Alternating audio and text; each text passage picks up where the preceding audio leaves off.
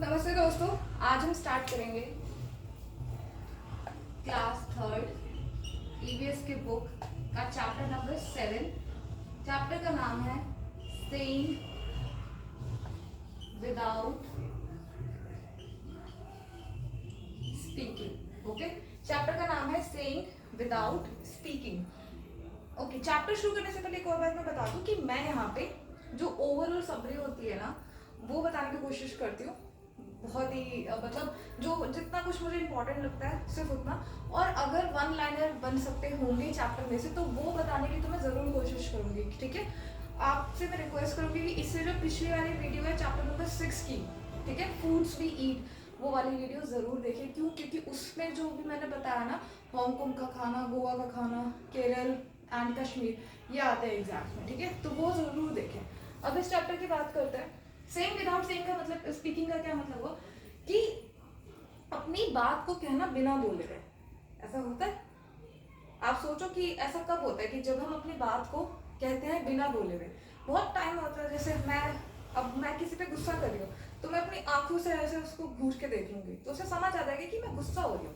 यहाँ मैंने कुछ बोला नहीं, पर फिर भी सामने वाले को पता लगा कि मैं गुस्सा कर रही हूँ।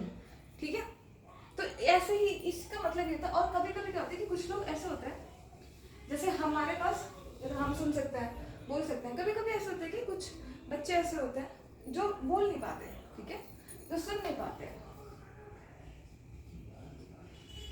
पाते, ठीक है, डेफ होते हैं, उन्हें डेफ कहते हैं, बोल नहीं पाते, डम कहते हैं उन्हें। ठीक है, तो ऐसे बच्चे जो होते हैं, ऐसे जो लोग होते हैं, उनके लिए एक स्पेशल लैंग्वेज होती है, ठीक है, जिसका इस्तेमाल करके वो हमसे कनेक्ट हो सकता है और एक दूसरे से कनेक्ट कर सकते हैं वो लोग। ठीक है, जब हम इस चैप्टर की शुरुआत करते हैं तो इसमें क्लास में कुछ बच्चे क्या खेल रहे हैं, डम शैट्स। ठीक है, डम शैट्स खेल रहे हैं। डम शैट्स कौन सी होती है आपको याद है? हम ऐसे बोलते हैं मूवी का नेम, ठीक है, मूवी का नेम है टाइगर जिंदा है, ठीक है, और इसको फिर हम बोलेंगे ऐसे 3 वर्ड्स है, हिंदी, इंग्लिश, देन ऐसे डिफाइन करेंगे टाइगर जिंदा है। तो उसी ये गेम हम खेलते हैं ना, डम शैट्स। ठीक है, तो यही स्कूल में क्लास में खेला जा रहा है। ओके, और टीचर क्या करती है, जो टीचर है वो हर बच्चे को एक पीस ऑफ पेपर देती है, उसमें उन्होंने एक सिचुएशन दे रखी होती है कि आपको इस सिचुएशन को बताना है बिना बोले हुए।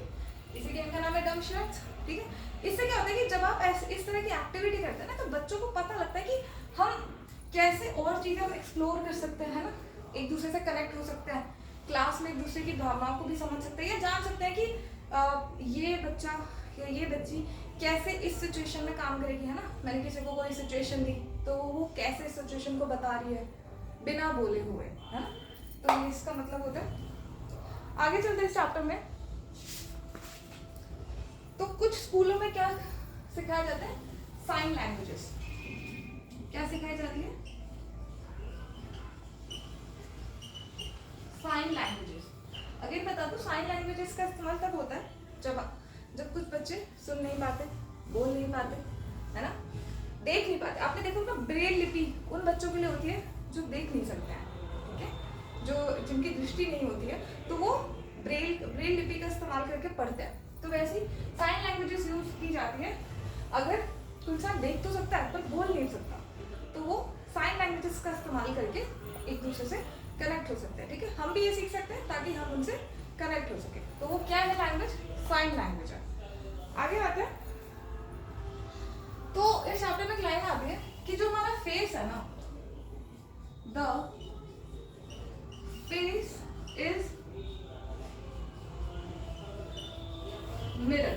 ठीक है, जो हमारा फेस है, अब आपको पता है ना कि हमारी आंखों से भी कभी कभी लग जाता है कि हम दुखी हैं, अभी हम खुश हैं, या अभी हम बहुत एक्साइटेड है या डर में। ये सब हमारी आंखों पे, हमारे चेहरे से पता लगता है ना।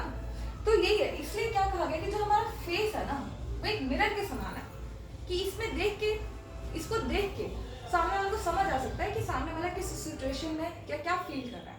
ठीक है, तो द फेस इज मिरर, ये लिख लो। और इस चैप्टर में अगर मैं देखूं, ये जो इम्पोर्टेंट मुझे लगा है, अच्छा,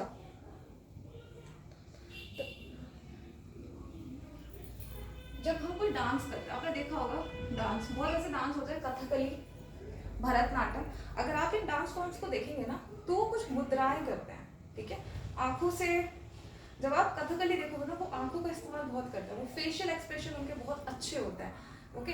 तो उन्हें हम क्या कहते हैं, उन्हें हम कहते हैं मुद्रास। हम उन्हें क्या कहते हैं, मुद्रास। जब हम डांस में हैंड एंड फेस का इस्तेमाल करते हैं एज अ जेस्चर, ठीक है, मतलब अपनी फीलिंग को कन्वे करने के लिए डांस में, मैं वापस लिख देती हूँ, डांस में जब हम हैंड एंड फेस का इस्तेमाल करते हैं कन्वे करने के लिए अपनी फीलिंग्स को, तो उसे हम क्या कहते हैं, मुद्रास, ठीक है, क्या कहते हैं, मुद्रास। मैं पूरा ऐसे नहीं लिखवाऊंगी कि लाइन बाय लाइन, आपको अपनी भाषा में लिखना है, क्योंकि जितना आप अपनी भाषा में लिखेंगे उतना आपको चीजें याद रहेंगी, ठीक है। सो सिंपल लाइन है कि जब हम डांस में हैंड एंड फेस का इस्तेमाल करते हैं अपनी फीलिंग्स को कन्वे करने के लिए, उसे हम क्या कहते हैं, मुद्रास, ठीक है। आगे इस चैप्टर में पढ़ेंगे अगर हम,